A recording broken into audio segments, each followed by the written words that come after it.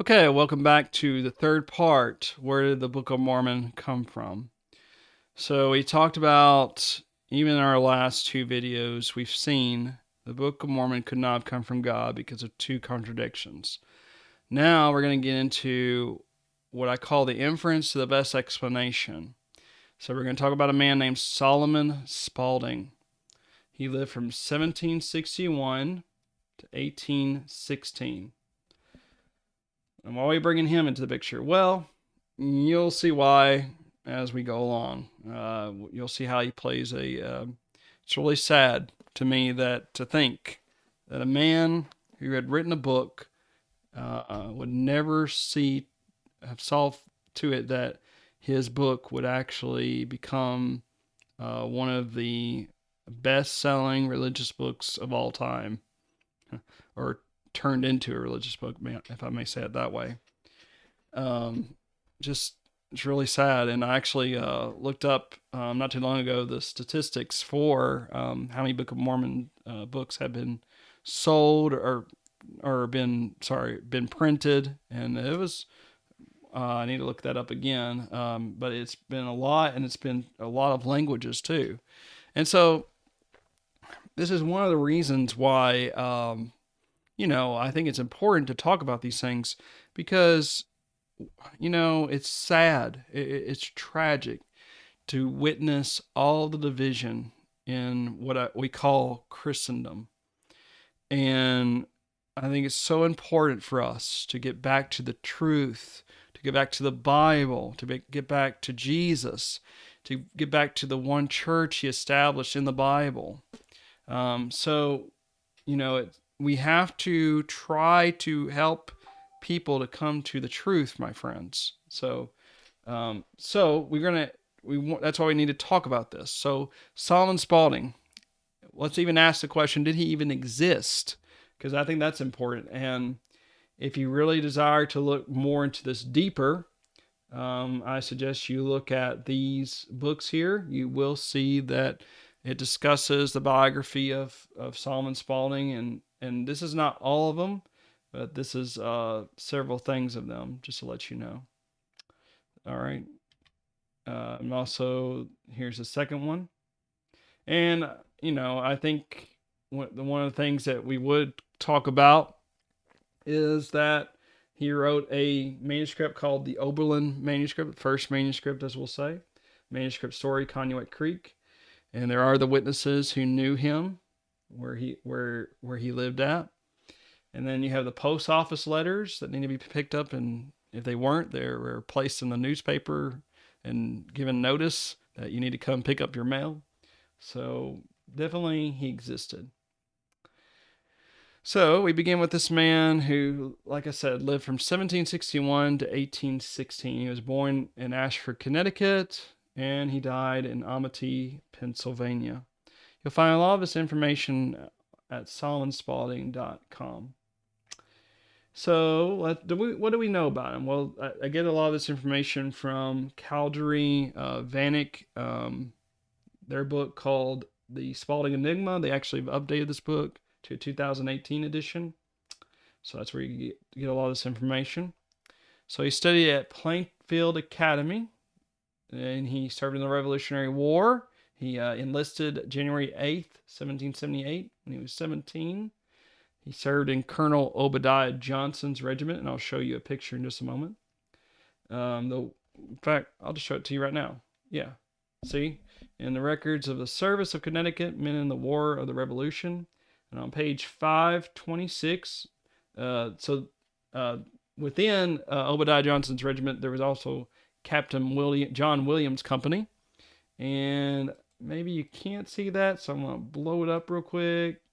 I don't know if y'all can see that, but you can see that, yeah, Solomon Spaulding right there. So I just thought I'd let y'all see that. All right, let me put this back.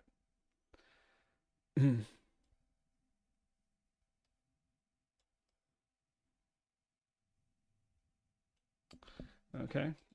All right. So, and then he, after the war ended in 1780, October of 1781 at Yorktown, Virginia, We know that he read law with Zephaniah Swift in Windham, Connecticut, around age 18 or 19, but he stopped that, and he decided to change to ministry at Dartmouth College in Hanover, New Hampshire. In 1782, he obtained his bachelor's degree in 1785 when he was 24. This is what it's really interesting reading the Dartmouth, or reading the list of what they would have taken in college, and I find it, classical education, very interesting about studying Latin and Greek and stuff of that nature, and studying philosophy and stuff like that. So it's very interesting. And then here's the interesting thing to me, friends. So it's when you think about the Book of Mormon, and what the early Americans believed at that time, and that they believed that Native Americans came from the lost 10 tribes of Israel. That was something that was predominantly believed in that time. And in fact, when you look at the historical context at Dartmouth, so you have Eleazar Wheelock, and just let me share with you some of the things he did. He said he was installed as the preacher of the Second Congregational Church of Lebanon, Connecticut in February of 1735. He served there for 34 years. He was deeply concerned for Native Americans in New England. And in 1743, he took in a student, which is that one on the bottom, named Samson Occom, a Mohegan who knew English and had been a convert to Christianity. And he taught Occom for 4 years. Occom was ordained to be a Presbyterian minister later. And this encouraged Wheelock to establish a school in Lebanon, Connecticut for Native Americans. He planned to teach the boys the most secular and Christian subjects so they could return to their native culture as missionaries. And then he wanted to enlarge the school, as well as adding college classes for the education of American colonists in the classics, philosophy, and literature.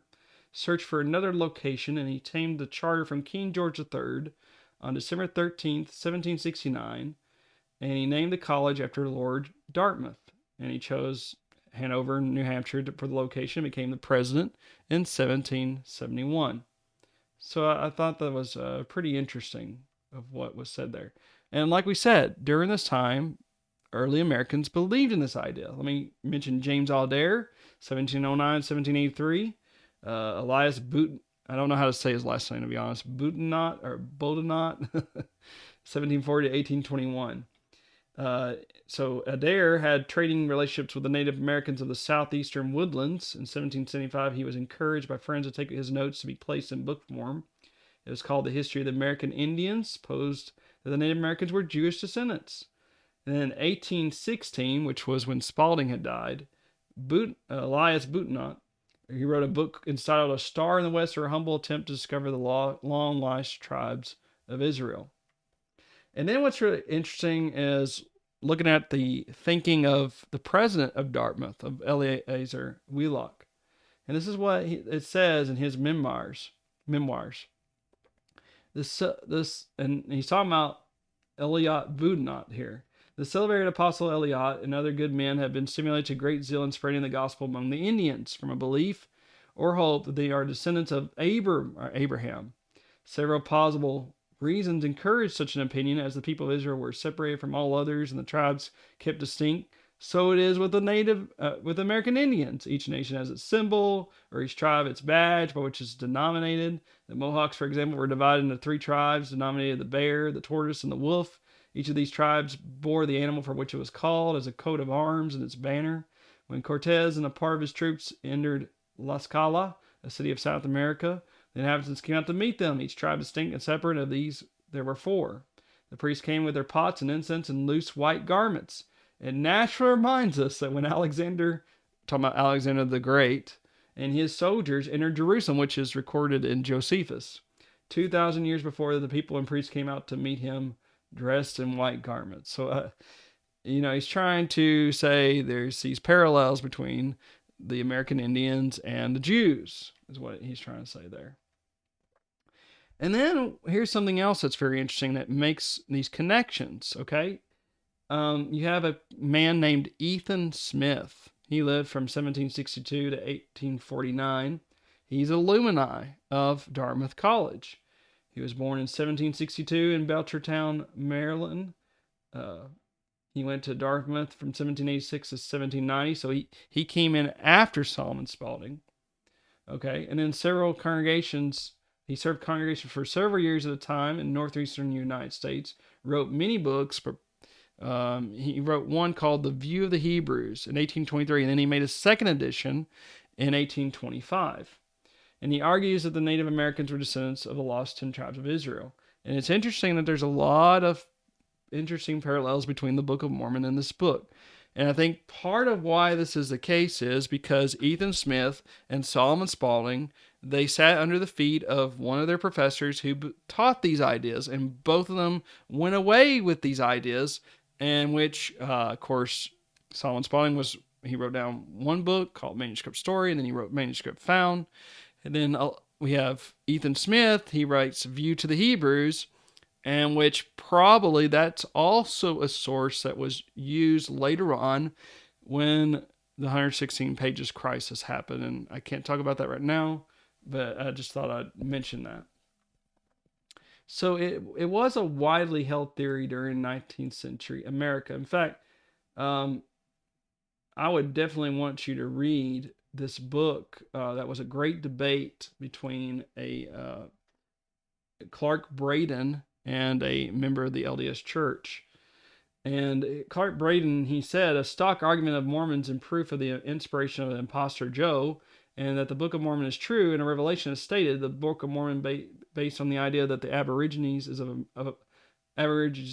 America were Israelites. Such an idea was not thought of or advocated until years after the Book of Mormon appeared, but some years after its appearance, scientific research demonstrated the truth of the basic idea of the Book of Mormon. Joseph Smith was an unlearned man.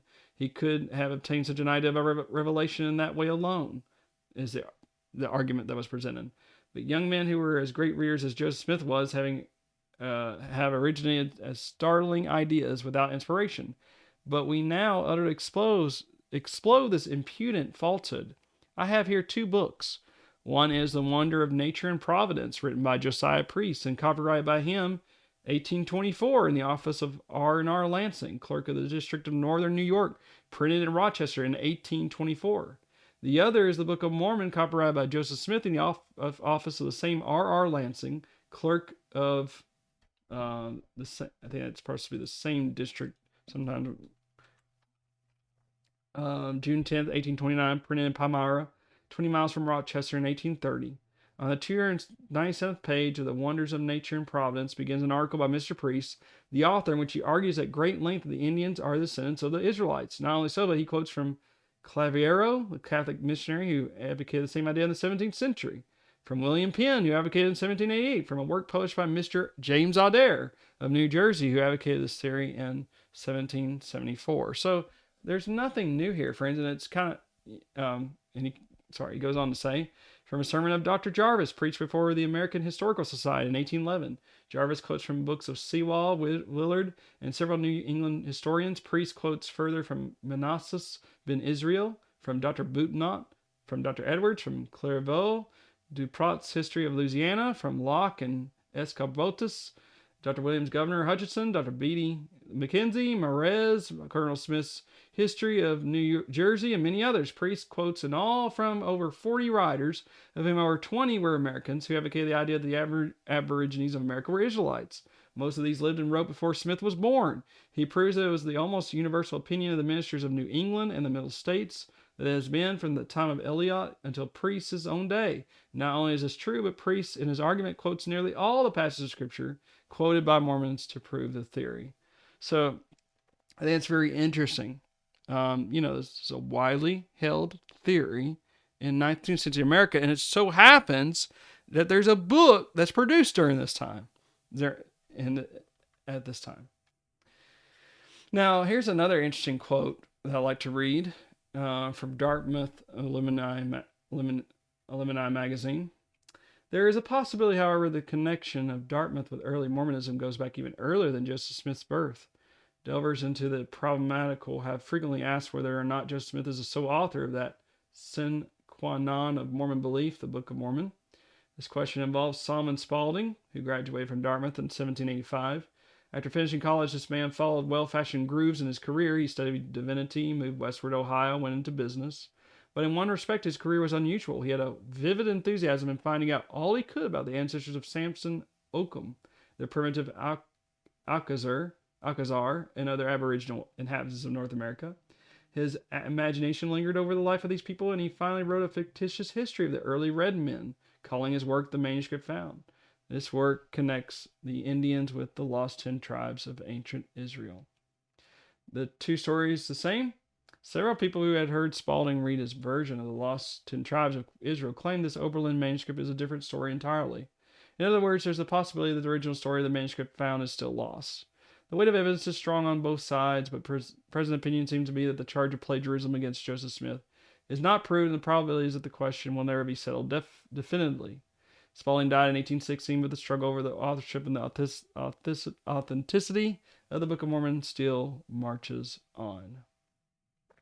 And this is why I was talking about there is what's called John Smith, which may have been one of the professors at Dartmouth that Solomon Spaulding and Ethan Smith may have had.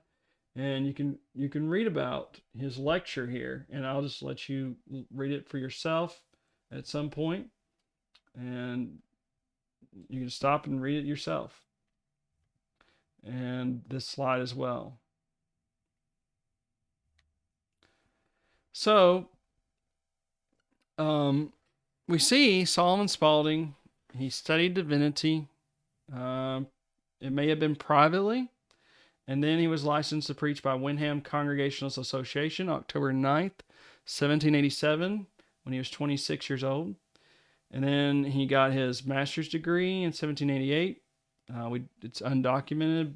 We don't know exactly, but he was around 27. And when he was 34, he married Matilda Sabine, February 21st, 1795. And then they moved to Cherry Valley, New York. He helped Josiah Spaulding, which was his younger brother, at a general store. And he also served as a principal of Cherry Valley Academy during that time. He seemed to got replaced as the principal by Mr. Knott in 1796. We also know that he was appointed Justice of the Peace in 1798. We know that he moved 16 miles to Richfield, New York, and he operated a general store around 1799. We know that he bought frontier land on credit to sell to settlers, and he entered into a partnership with Gideon Granger Jr. And what Gideon Granger did was he turned out to be a bad deal for Spaulding. They adopted a daughter, and they named her Matilda. She had been born in 1806. They took frequent trips to Conneaut. This is a range from 1803 to 1809. So they moved to Conneaut, Ohio.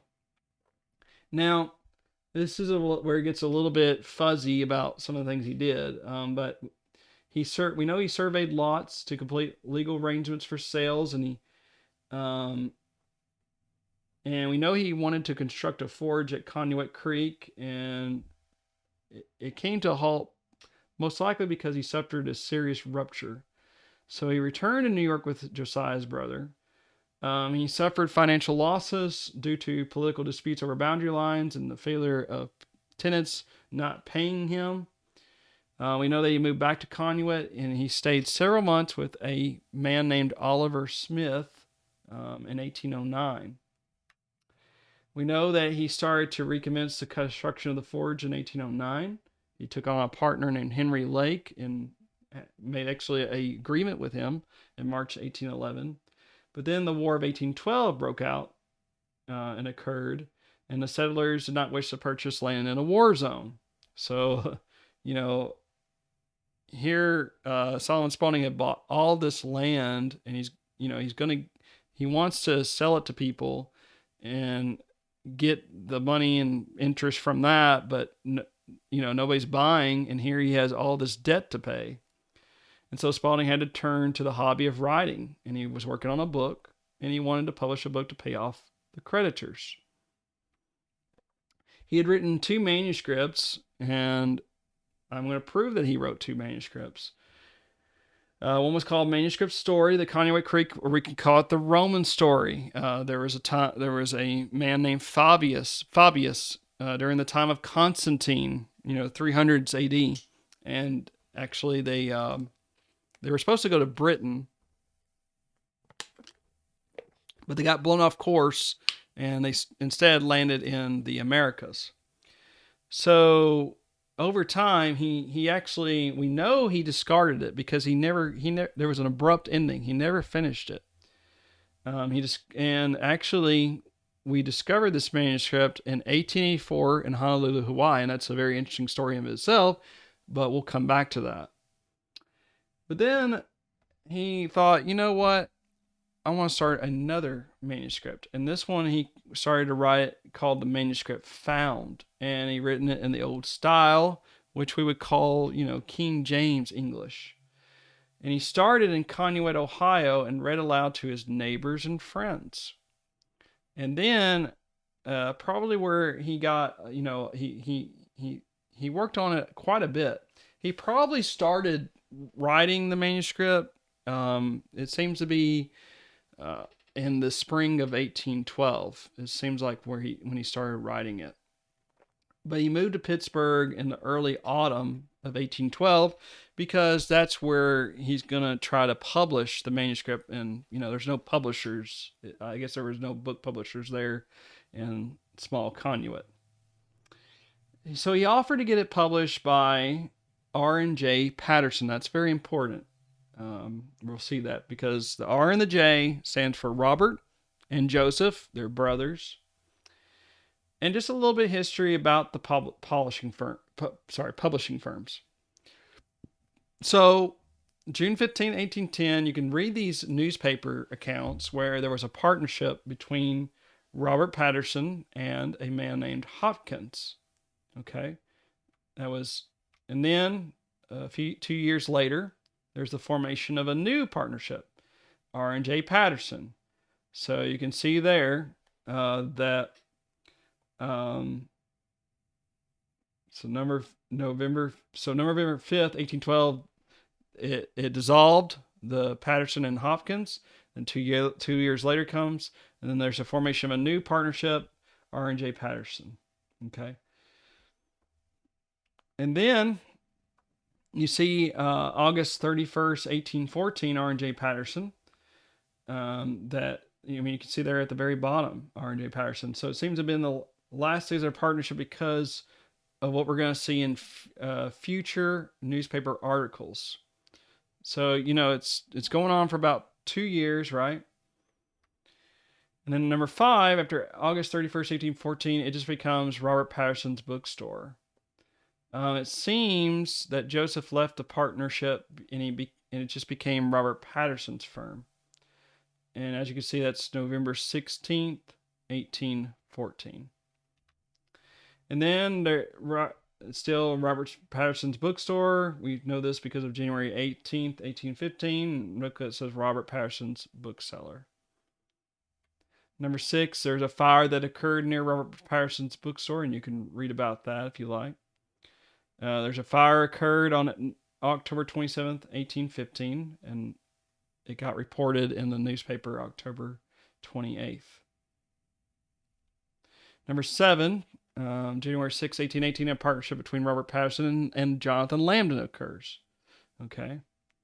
And that was 3 years later. And then number 8, 5 years later, February 21st, 1823, that partnership between Lambden and Robert Patterson dissolves. Okay. So why do I give so much history about these, dissolving of partnerships of these booksellers? Well, one reason I give it is because of what the YouTube channel called Saints Unscripted. They have a video called Spalding Reading Theory Proves the Book of Mormon is False. And if you go to their video and watch 3 minutes, 20 to 49 seconds into it, it says So Holbert continued his search for a mysterious second manuscript. Spalding's widow said Spalding took manuscript found a couple of times to a publisher in Pittsburgh, the office of Patterson and Lambden. But as it turns out, Patterson and Lambden didn't exist until 2 years after Spalding's death. So as you might guess, Holbert found no manuscript there and hit a dead end. So there's a couple of things here.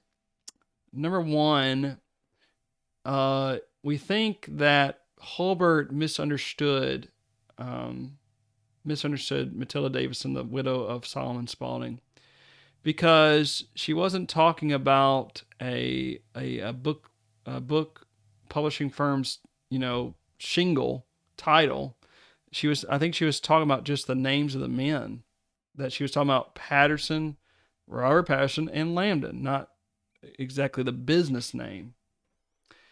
But I mean, it's true. Patterson and Lambden didn't exist until 2 years after Spalding's death. And if you go back, let's go back for a moment. Because I want to show you something. To 1818.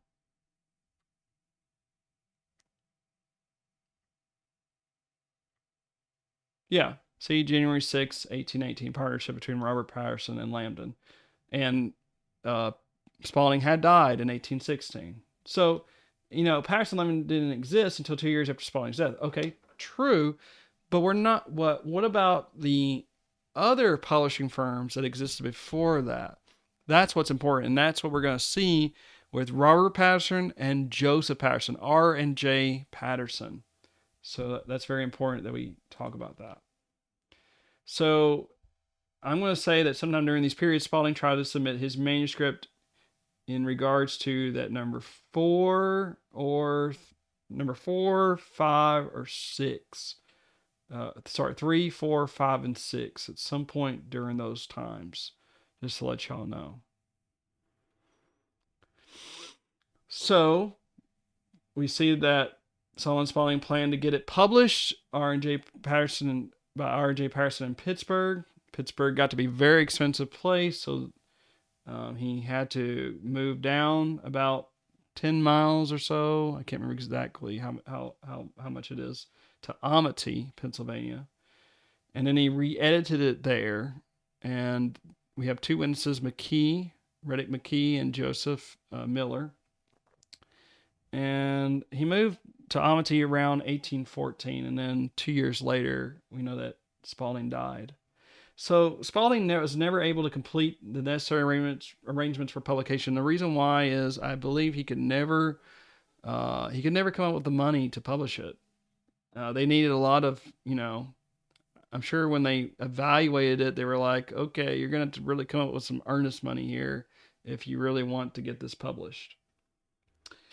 So the copy of the manuscript remained at R&J Patterson, and I believe that there was an individual named Sidney Rigdon who probably copied it. He stole it and he copied it, and then he returned it. And then Spalding died October 20th in 1816. Now, maybe it might have been the case that he just took it, but he didn't return it. We don't know. There's some assumptions in all this, and unfortunately, when you start looking at some of the witnesses, it seems like they are saying different things, and I'll admit that. Like I say, not everything's gonna be perfect here. Not everything's gonna be bed of roses here, unfortunately. So who copied it? Who stole this manuscript? What happened to the manuscript? Well, you're going to see, friends, in just a moment. But for right now,